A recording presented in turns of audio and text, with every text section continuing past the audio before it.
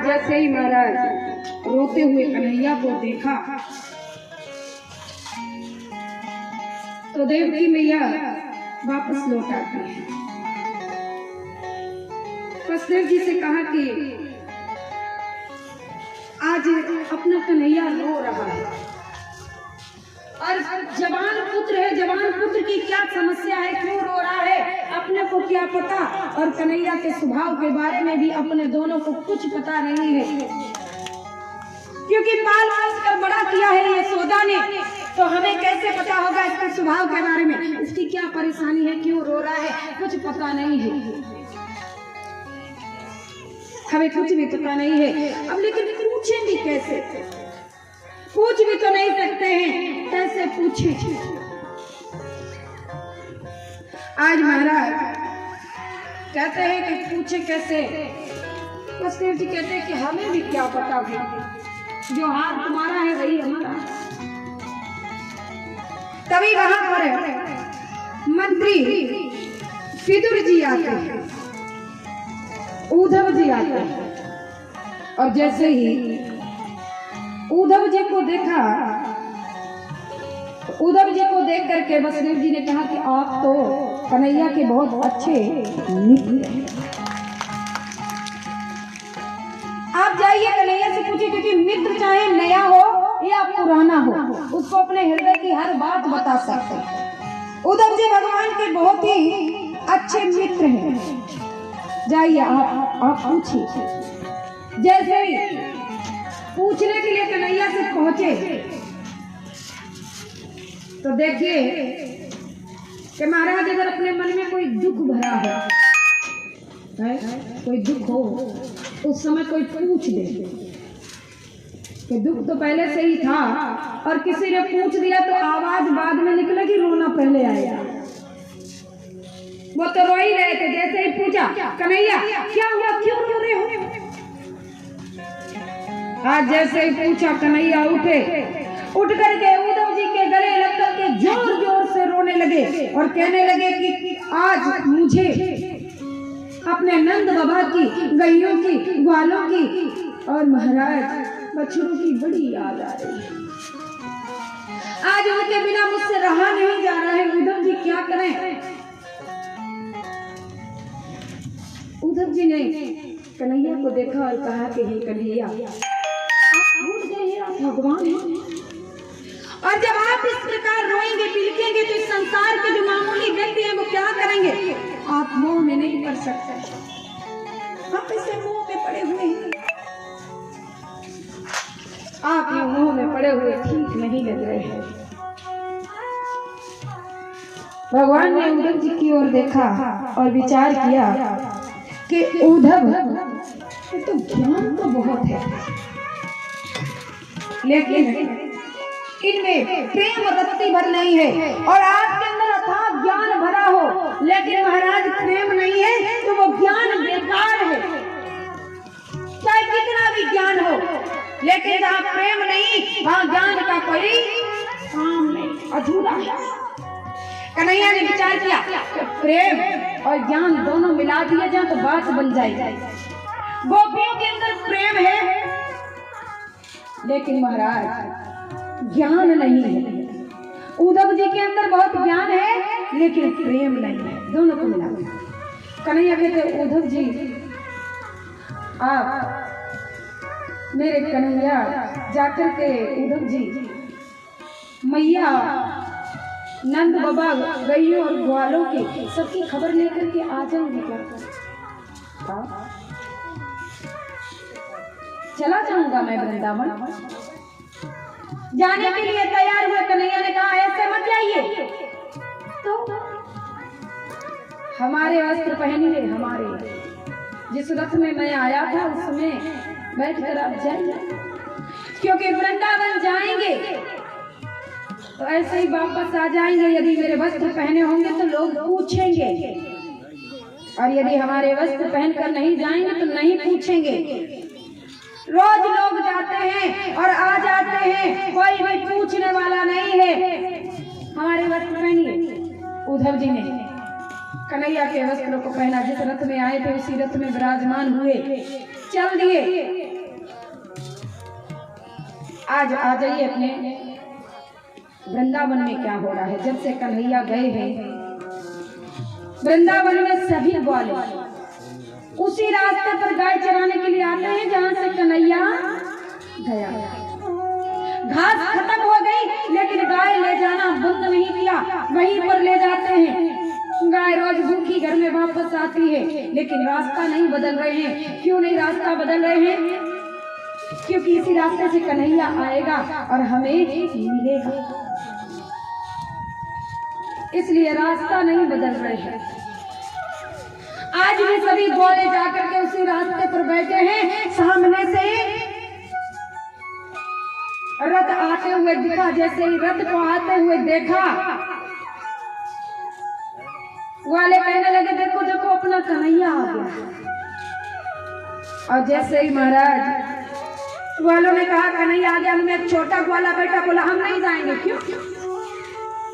परसों की बोल के गया था, बरसों बाद आ रहा है, अब पैर छुएगा माफी मांगेगा तब जाएगा, ऐसे नहीं जाएंगे, मना कर दिया। लेकिन महाराज जब सब उठे तो सबसे पहले दौड़ पड़े, दौड़ करके सीधा पहुंचा रथ में, देखा कन्हैया नहीं है।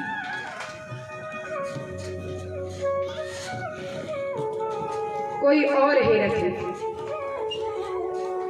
आज जैसे ही देखा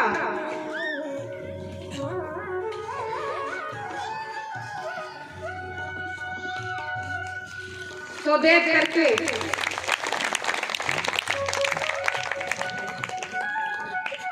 आज ग्वाला वो कहने लगा कोई और है अपना कन्हैया नहीं है। सब ग्वाले आकर के पूछते हैं आपने मेरे कन्हैया के वस्त्रों को पहन रखा है, आप कौन है? आप कौन है बताइए? कहने लगे कि हम आपके कन्हैया के मित्र हैं। वाले पूछने लगे मेरा कन्हैया ठीक तो है ना? हाँ ठीक है। मैया कहाँ पर मिलेंगे? ग्वाला ने कहा कि आप चले जाइए और जब इन आंसुओं की धार, ये जो पानी दिखाई दे रहा है ये यशोदा मैया के आंसू हैं, इसी धार के सहारे आप जाइए, वहीं पर बैठी यशोदा मैया मिल जाएगी। आज जब उद्धव जी ने आंसुओं की धार देखी रथ से कूद गए और कन्हैया को आज महाराज मन ही मन कोसने लगे। कहने लगे कन्हैया कौन किसके लिए इतना रोता है जितना तेरी मैया रो रही है? अरे ऐसे माता पिता को छोड़ तू कैसे चला गया? उन्हीं आंसुओं की धार के सहारे आते हैं और सामने यशोदा मैया हाथ में माखन का कटोरा लेकर के बेसुध होकर के बैठी है। उद्धव जी को देखा, ऊपर से नीचे तक देख करके कन्हैया के वस्त्र पहन रखे हैं। उद्धव जी से कहते आप मेरे कन्हैया के मित्र हैं क्या? हाँ। आप मेरे कन्हैया से मिलने के लिए आए हैं? उद्धव जी ने कहा कि कन्हैया तो मथुरा में है। नहीं, कन्हैया मथुरा में नहीं है, यही है। यदि कन्हैया ना होता तो क्या हम जीवित होते? महल के एक कोने में मुझे कन्हैया दिखाई देता, आपको नहीं देता? आइए हम मिलाते हैं अपने कन्हैया से। हाथ पकड़ा उद्धव जी का, खींच पड़ी, रसोई के अंदर ले गई। देखिए यहाँ भोजन बना रही है, मेरा कन्हैया मांग रहा है, लेकिन मैं कठोर हूँ, मैं अपने लाला को भोजन नहीं दे रही हूँ। हाथ पकड़ के खींचा, देखिए भंडार गृह में मेरा कन्हैया मटकियां तोड़ रहा है, माखन चुरा रहा है। मेरी नजरों से देखिए उद्धव जी, आपको कन्हैया अवश्य दिखाई देगा। हाथ पकड़ के खींच करके ले जाती है आंगन में, कहती है देखो ये ओखल और यहाँ पेड़, यहाँ पर मेरा कन्हैया इन पेड़ों के बीच में फंसा हुआ था। उद्धव जी मैंने बांधा था कन्हैया को, तभी वो इन पेड़ों पर, ये पेड़ कन्हैया के ऊपर एक गिर जाते तो उसको बहुत चोट है। आपको दिखा क्या? उद्धव जी महाराज आज ज्ञान भरा का धरा ही रह गया। उद्धव जी रोने लगे और महाराज यशोदा मैया इधर उधर इधर उधर इधर उधर ले जाते। अभी वहां पर वसुदेव जी नंद बाबा आते हैं और नंद बाबा ने जैसे ही देखा हाथ को छुड़ाया, उद्धव जी से क्षमा मांगी तो क्षमा कर दीजिए। जब से कन्हैया गया है तब से ये बावली हो गई है, एक पल भी अपने कन्हैया के बिना रह नहीं पा रही है। इसे क्षमा कर दीजिए, भूल इसकी नहीं है, इसके प्रेम की है। जो भी इसने अभी किया वो प्रेम बस होकर के किया। उद्धव जी क्षमा कर। नंद बाबा हाथ जोड़ करके खड़े। उद्धव जी कहते हैं कि कोई बात नहीं है। जैसे ही उद्धव जी ने नंद बाबा के पैरों की ओर देखा तो पैरों की ओर देख करके कहते कि आपके पैरों में रक्त बह रहा है, देखिए आपके पैरों को देखिए, आपके पैरों में रक्त बह रहा है। नंद बाबा कहते क्या करें, मैं जब घर से बाहर जाता था तो हमेशा की आदत है जूतियां पहनकर नहीं निकलता था। मेरा कन्हैया दौड़ करके जूतियां सर पर रख करके आता था और कहता था बाबा आप जूतियां भूल गए हैं, जूतियां पहन लीजिए। अब भी वही आदत है, निकल जाते हैं, पीछे मुड़ करके देखते हैं कोई अब आने वाला नहीं है जूतियां लेकर के, इसलिए फिर इच्छा नहीं होती है जूतियां पहनने की। ऐसे ही घूमते रहते हैं, पैरों में कांटे लगते हैं, रक्त बहता रहता है।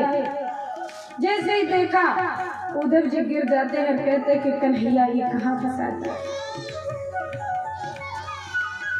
तू यहाँ से फंसा और निकल कर चला गया, लेकिन आज मैं ऐसा फंसा हूँ कि महाराज जीवन भर निकल नहीं पाऊंगा।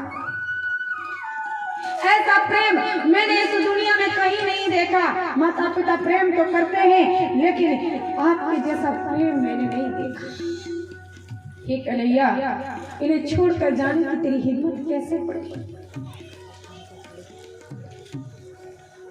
आज रोते बिलखते हैं, नंद बाबा उठाते हैं, पूछते हैं कि ये बताइए मेरा कन्हैया कैसा है, मेरा कन्हैया मुझे याद करता है कि नहीं करता है। उद्धव जी कहते हैं बहुत याद करता है, दिन रात आपका नाम लेता रहता है, दिन रात यशोदा मैया को याद करता है। आज भी कन्हैया रो रहा था, आज सबके लिए बिलख रहा था, बहुत प्रेम करता है। आज नंद बाबा ने जब ये सुना,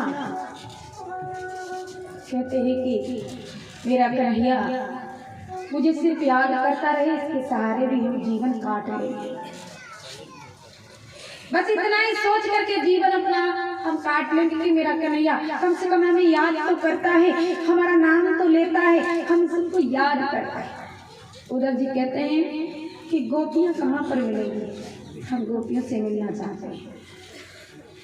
जैसे ही महाराज पूछा, नंद बाबा ने कहा कि गोपियां यमुना जी के किनारे मिलेंगी।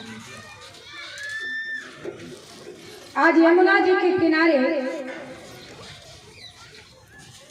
उद्धव जी पहुंचते हैं, देखा कि एक गोले में सभी गोपियां बैठी। आज उद्धव जी मन में विचार करते हैं कि देखिए वो तो माता पिता थे, वो तो प्रेम करते ही हैं, लेकिन क्या गोपियां भी उतना प्रेम करती हैं जितना कन्हैया करता है। छिप जाते हैं एक पेड़ के पीछे छिप करके आज गोपियों की बातों को सुनते हैं कि गोपियां क्या विचार कर रही हैं। आज महाराज गोपियां एक दूसरे से क्या बोल रही हैं, तो देखो सखी, अपने लोगों ने उससे कितना प्रेम किया, लेकिन उसने जाने के बाद एक बार भी मुड़ करके अपनी ओर नहीं देखा।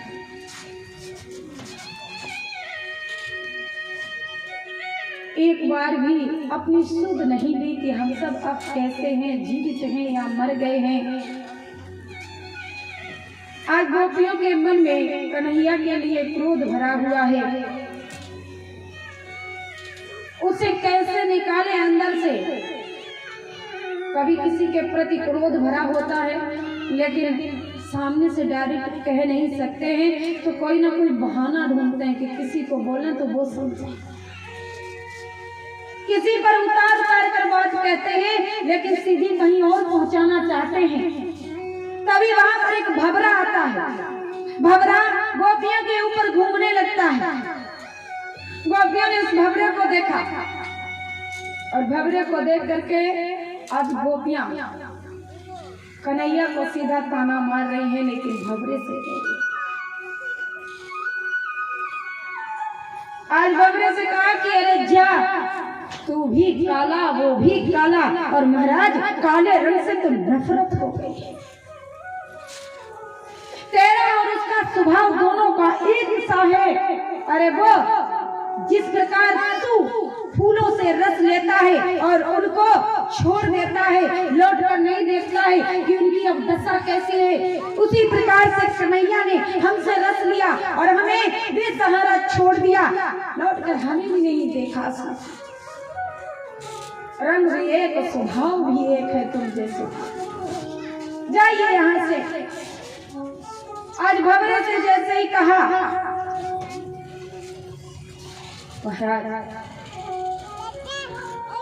आज एक गोपी उनमें से खड़ी हुई और सब गोपियों से कहती, ऐसे क्यों बोल रही हो? ये भंवरा सीधा अगर मथुरा चला गया और कन्हैया से जाकर के बोल दिया तो कन्हैया आने का विचार कर रहा होगा, लेकिन आएगा नहीं। विचार तो कर रहा होगा, लेकिन ये वापस आएगा। कन्हैया के बारे में ऐसा मत बोलिए। सब गोपियां खड़ी होती और कहते हैं कि हे भंवरे, मेरा ऐसा कोई विचार नहीं था, लेकिन क्रोध में मेरे मुख से निकल गया है, क्योंकि हम कन्हैया से इतना प्रेम करते हैं कि उसके बिना एक क्षण एक पल रहना नहीं रह सकते हैं। हम उसके बिना, जीवन संभव नहीं है उसके बिना, इसीलिए हम उसके बिना कैसे रहें? उसके बिना रहना मेरे लिए संभव नहीं है। आज महाराज गोपियों को रोते और बिलखते हुए जब देखा उद्धव जी ने, तो आज उद्धव जी गोपियों के सामने खड़े हुए।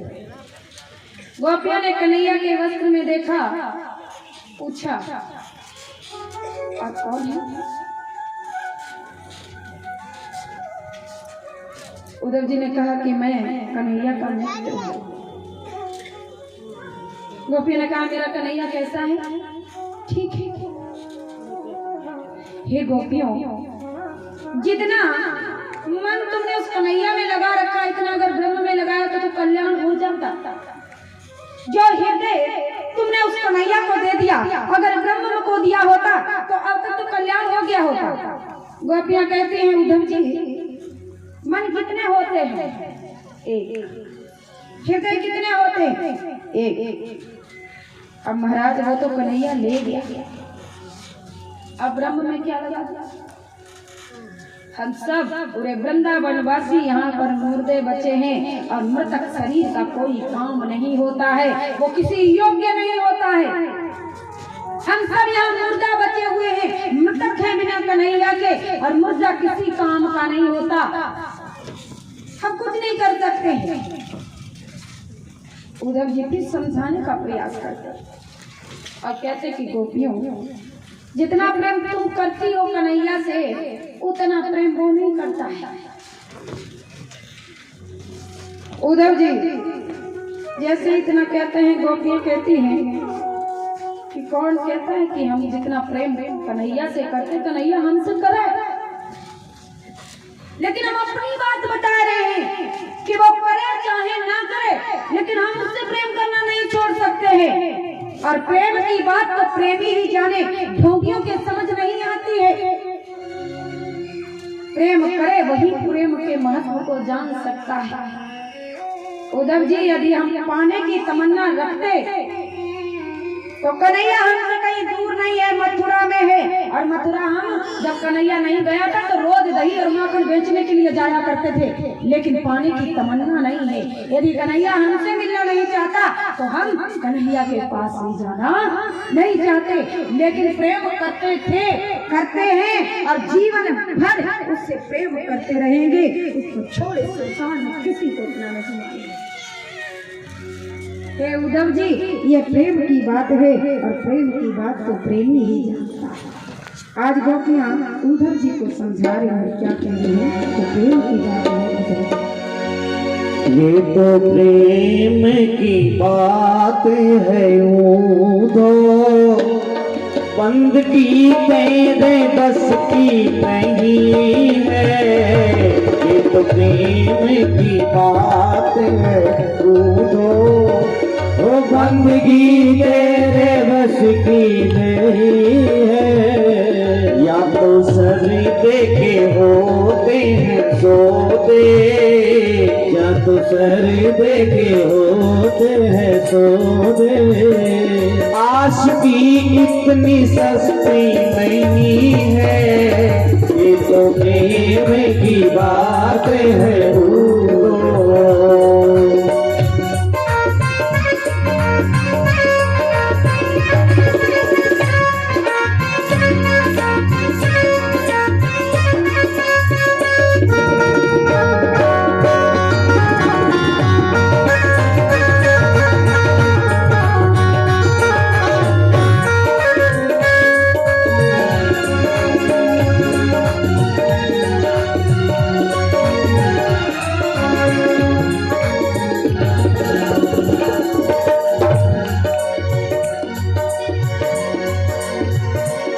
जो असल में है मस्ती में डूबे, उनको क्या परवाह जिंदगी की।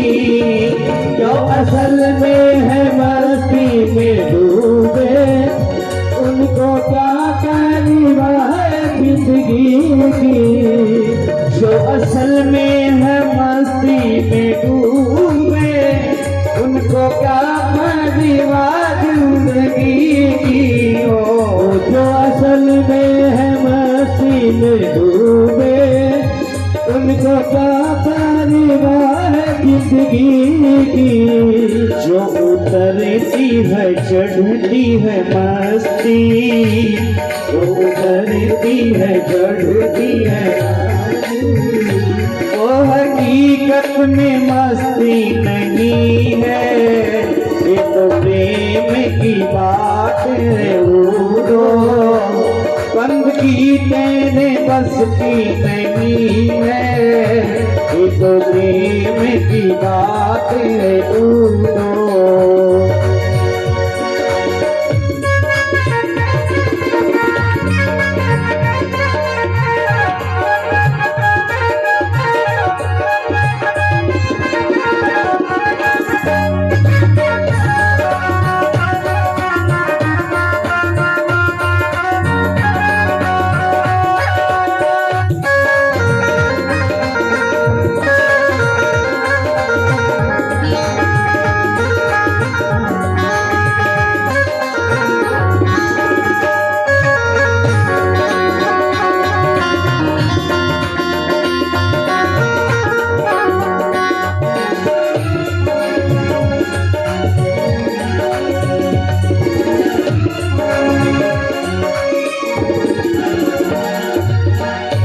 जिनकी नजरों में है शाम प्यारे, वो तो रहते हैं जग से नियारे।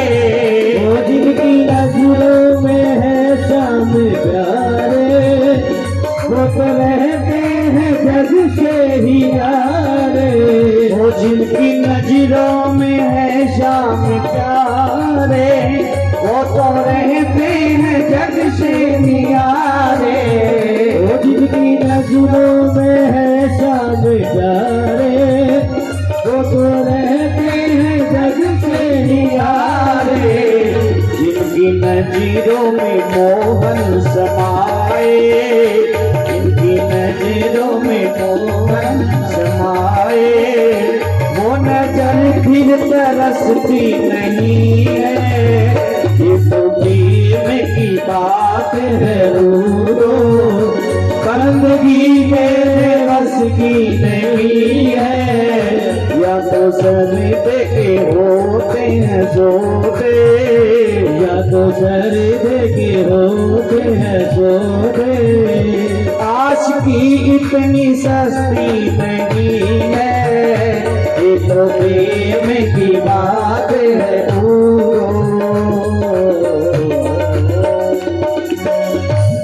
बोलिए ठाकुर जी महाराज की। आज गोपियां उद्धव जी से कहती है कि प्रेम की बात है, प्रेमी समझे है, ढोंगी नहीं समझेगा। जो प्रेम करे वही समझ सकता है, सबके समझने की बात नहीं है। कन्हैया से प्रेम करते थे, करते हैं, करते रहेंगे। उद्धव जी ने जब प्रेम देखा गोपियों का तो कहते हैं कि उद्धव जी का ज्ञान धरा का धरा ही रह गया।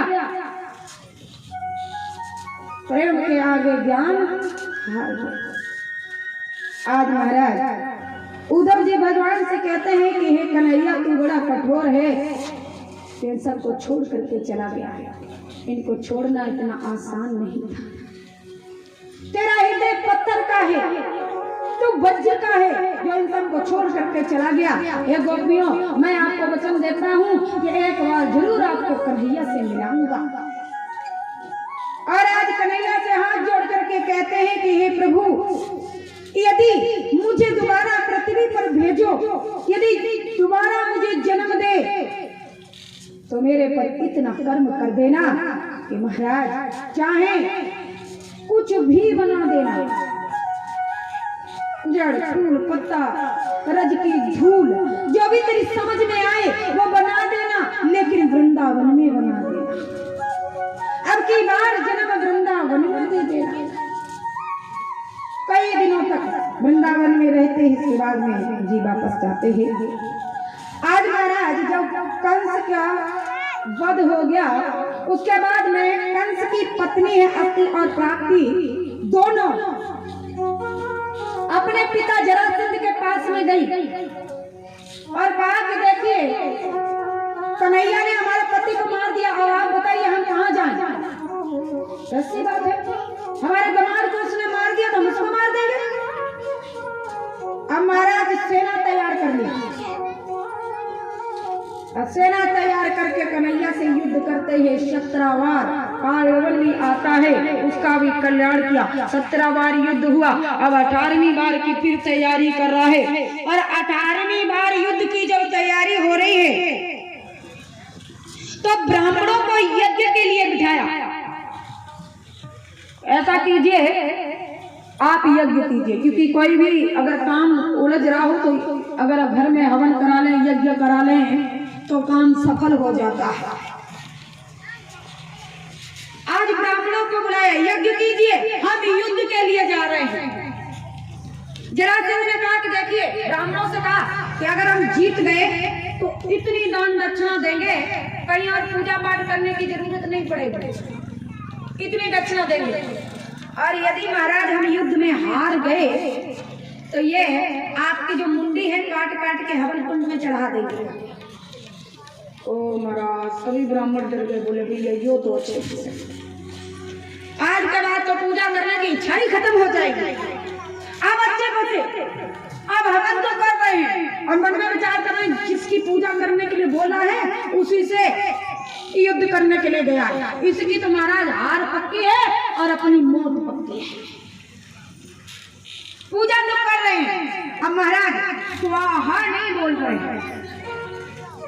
यज्ञ में आहुति डालते हैं तो कहते हैं प्रभु बचा ले, प्रभु बचा ले, प्रभु बचा ले। अब ये बचाले बचाले की आवाज सीधी कन्हैया के कानों में पड़ी। कन्हैया ने देखा ब्राह्मण बड़े दुखी है। हाँ, ब्राह्मणों का तो तुरंत ही बुखार है, तो ब्राह्मण दुखी भी जल्दी हो गया। तो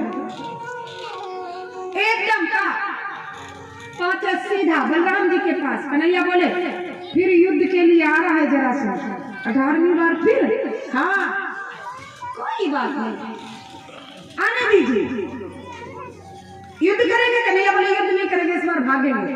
हाँ हाँ, इस बार भागेंगे। देखिए, अगर आप युद्ध से भागे, रण छोड़कर भागे तो आपका एक नाम और पड़ जाएगा। क्या क्या पड़ जाएगा? बोलिए रण छोड़ भगवान की। कन्हैया बोले नाम की किसको पड़ी है? नाम रोज एक नया लोग दे रहे हैं। नाम की कोई परवाह नहीं, नाम पढ़ने दीजिए, नाम तो बढ़िया ही है, लेकिन इस बार भागेंगे। बलराम ने कहा जैसी तेरी इच्छा उसमें मेरी इच्छा। ठीक है, भागेंगे तो भागे, ठीक है। आज महाराज जैसे ही सामने से जरासंध युद्ध के लिए आया, कन्हैया ललकार दिया, आइए युद्ध करेंगे, और भाग खड़े हुए, भाग रहे हैं। जैसे ही जरासंध रुक जाता है कहते भगोड़े रुक, कन्हैया कहते आगे आओ युद्ध करेंगे। दौड़ रहे हैं, भागते भागते भागते भागते पर्वत पर चढ़ गए। अब जरासंध थक गया है भागते भागते, क्योंकि कन्हैया बहुत ही भाग गया, थक गए। अब जरासंध नीचे खड़ा है और विचार कर रहा है अब पर्वत पर नहीं चढ़ूंगा, लेकिन इसको मारना भी जरूरी है। कैसे मारना? नीचे पर्वत में आग लगा दी, चारों ओर से आग लगा दी। कन्हैया पर्वत पर ऊपर खड़े हैं। कन्हैया ने छलांग लगाते हैं सीधा समुद्र में द्वारिका का निर्माण किया, सबको बुला करके वहां पर रहने। अब महाराज रेवत की पुत्री है रेवती, और वो इतनी लंबी है कि उसके योग्य का कोई वर नहीं है। सबसे पूछा भैया हम अपनी पुत्री का विवाह करें, और ये इतनी लंबी है, इसके योग्य का कोई वर ही नहीं मिल रहा है। बोले हम बताएं कहाँ मिलेगा, कहाँ मिलेगा? द्वारिका चले जाइए, वहां मिलेगा। द्वारिका पहुंचे, बलराम जी को देखा, बलराम जी के साथ में रेवती का विवाह किया।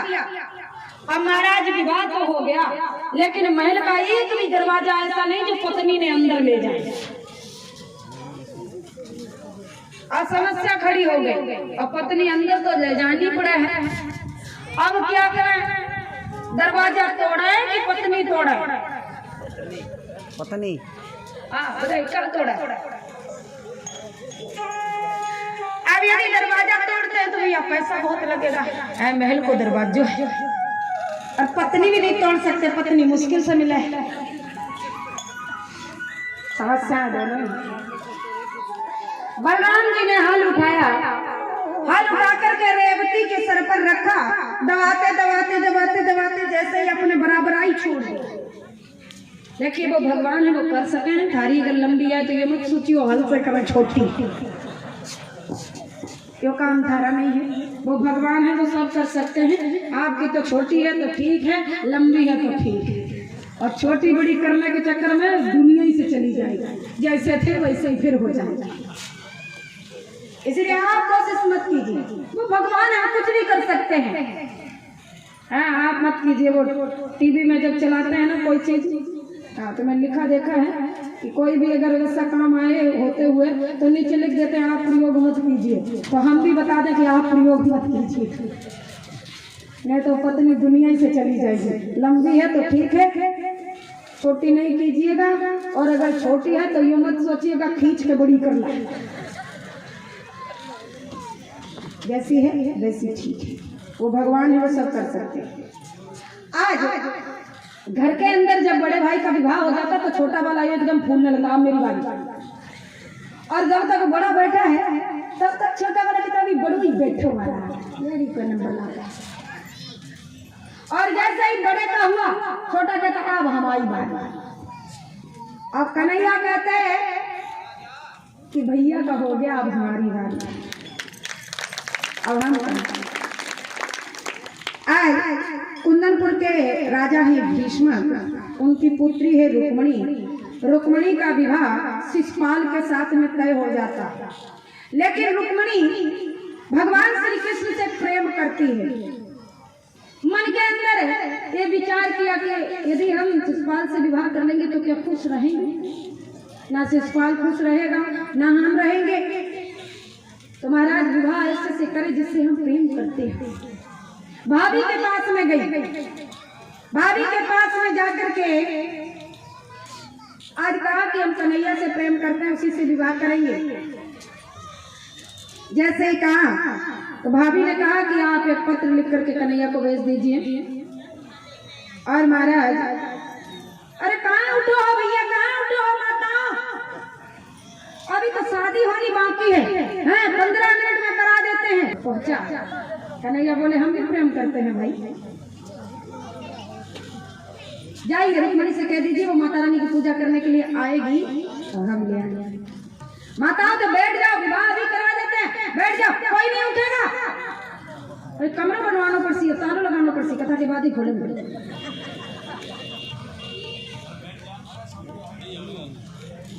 आज महाराज रुक्मणी माता रानी के मंदिर में जैसे ही पूजा करने के लिए आती है कन्हैया,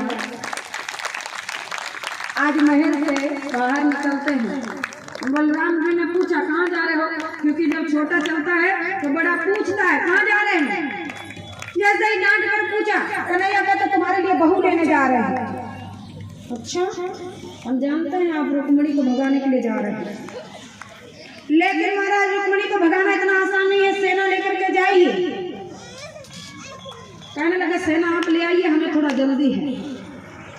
चल पड़े। अब महाराज बीच रास्ते से आ रहे हैं, इधर सैनिक रक्षा में खड़े हैं, इधर सैनिक रक्षा में खड़े हैं, लेकिन कोई कुछ नहीं देख रहा है। सब कन्हैया को देख रहे हैं और कह रहे हैं देखिए देखिए देखिए महाराज, देखिए कमर में जो कंगनी है वो कितनी सुंदर है। अब ये नहीं देख रहे कि कन्हैया आ रहा है। अब दूसरा सैनिक बोला कमर में कंगनी देख रहे हैं, माला देखो, गले की जो माला है वो कितनी सुंदर है।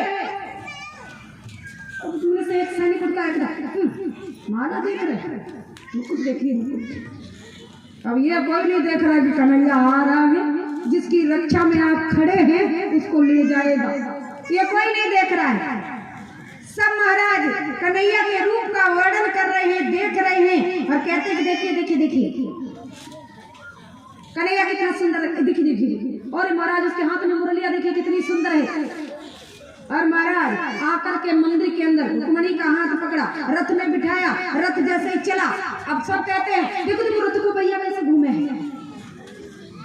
अब महाराज ये नहीं देख रहे हैं कि कन्हैया ले जा रहा है रुक्मणी में। अब अगर घोड़े की जो कदमों की आवाज कितनी बढ़िया, ऐसे लगे है राग बजे है राग। अब एक महाराज लगाम देखिए लगाम।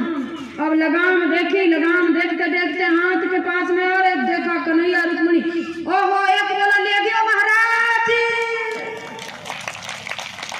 सब दौड़ पड़े। तब तक बलराम भी वहां सेना लेकर के आ गए, आपस में युद्ध हुआ। कन्हैया लाते हैं और आज रुक्मणी को द्वारिका में बिठाया। और आज बलराम जी कहते हैं कि विवाह अभी नहीं हुआ है, आपका विवाह होगा तब ये रहेगी घर में, तो विवाह की तैयारियां कीजिए। आज विवाह की तैयारियां हो रही हैं। आज रुक्मणी को मेहंदी लगाई जा रही है, सजाया जा रहा है। और रुक्मणी आज कह रही है कि आज मुझे दुल्हन बनाइए, मेहंदी लगाइए किस प्रकार से। आओ मेरी सखियों मुझे मेहंदी लगाइए, आओ मेरी सखियों मुझे मेहंदी लगा, मुझे श्याम सुंदर की दुल्हन बना दो, मुझे श्याम सुंदर की दुल्हन बना दो। आओ मेरी सखियों मुझे मेहंदी लगा दो, आओ मेरी सखियों मुझे मेहंदी लगा दो, मुझे श्याम सुंदर की दुल्हन बना दो, मुझे श्याम सुंदर की दुल्हन बना दो।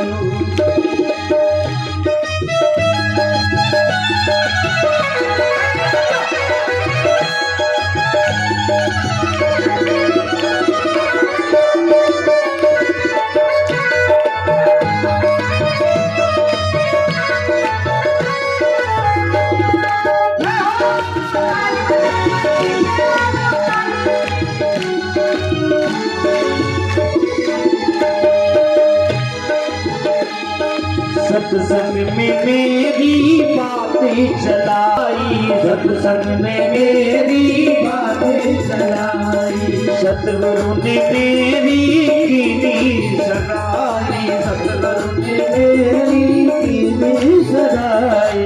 उनको बुला के हक लेवा करा दो, उनको बुला के हक लेवा करा दो, मुझे श्याम सुंदर की दुल्हन बना दो, श्याम सुंदर की दुल्हन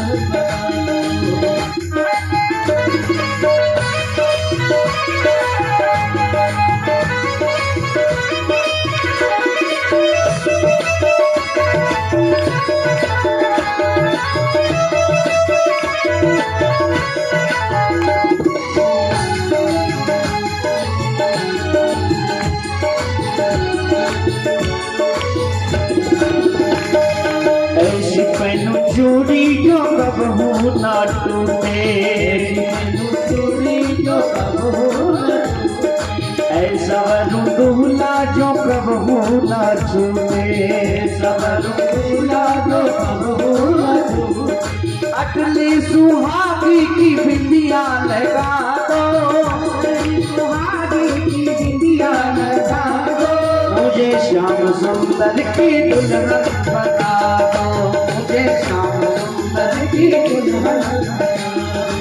अब मेरी सखिया मुझे मेहंदी लगा दो, मेरी सखिया मुझे मेहंदी लगा दो, मुझे श्याम सुंदर की दुल्हन बता दो, मुझे श्याम सुंदर की दुल्हन बना दो, मुझे श्याम सुंदर की दुल्हन बना दो।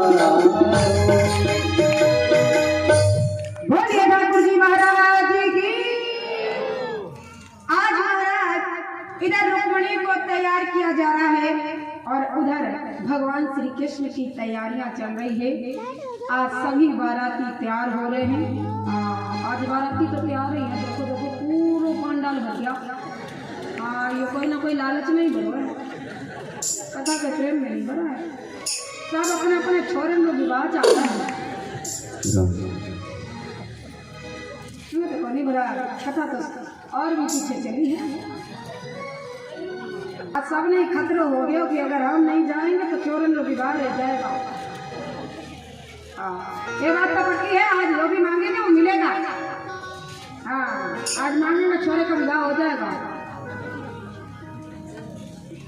आज महाराज तैयार की जा रही है, नाच रहे हैं, कूद रहे हैं और महाराज सभी गा रहे हैं, झूम रहे हैं। और फिर भी कोई नाच नहीं तो थोड़ा थोड़ा वो माता तो नाचेगी नाचेगी चाहे भी होता है। आज महाराज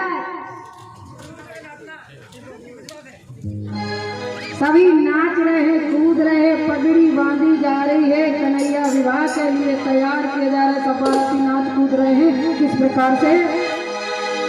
बाराती का ना दूल्हा बनने वाला है, बाराती का ना दूल्हा बनने वाला है। अरे पगड़ी बांध रहा है, जगने वाला है, वो पगड़ी बांध रहा है, जगने वाला है। बाराती का ना दूल्हा बनने वाला है, बाराती का ना दूल्हा बनने वाला है। पगड़ी बांध रहा है, जगने वाला है, वो पगड़ी बांध रहा है, घोड़ी जगने वाला है।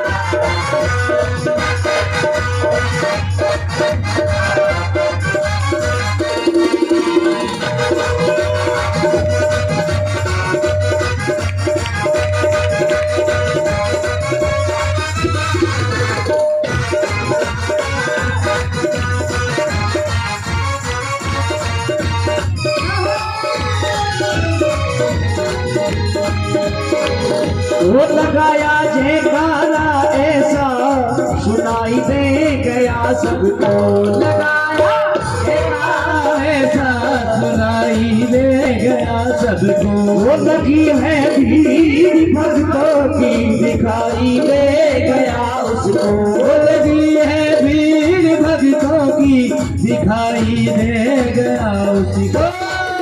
सब जो नाचो गावो वो आने वाला है, सब झूमो नाचो गावो वो आने वाला है।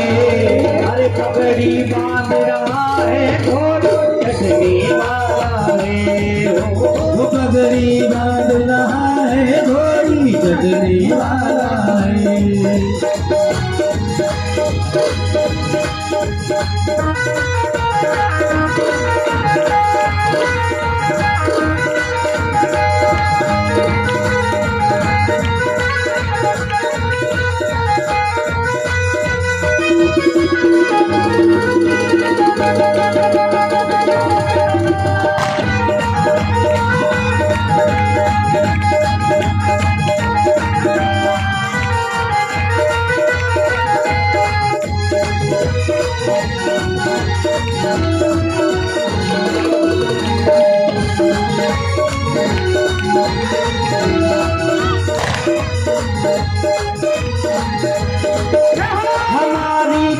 किस्मत को देखो मेरे सरकार आए हैं, हमारी किस्मत को देखो मेरे सरकार आए हैं। ओ उजाला हो रहा जिनसे वही दातार आए हैं, उजाला हो रहा जिनसे वही दातार आए हैं।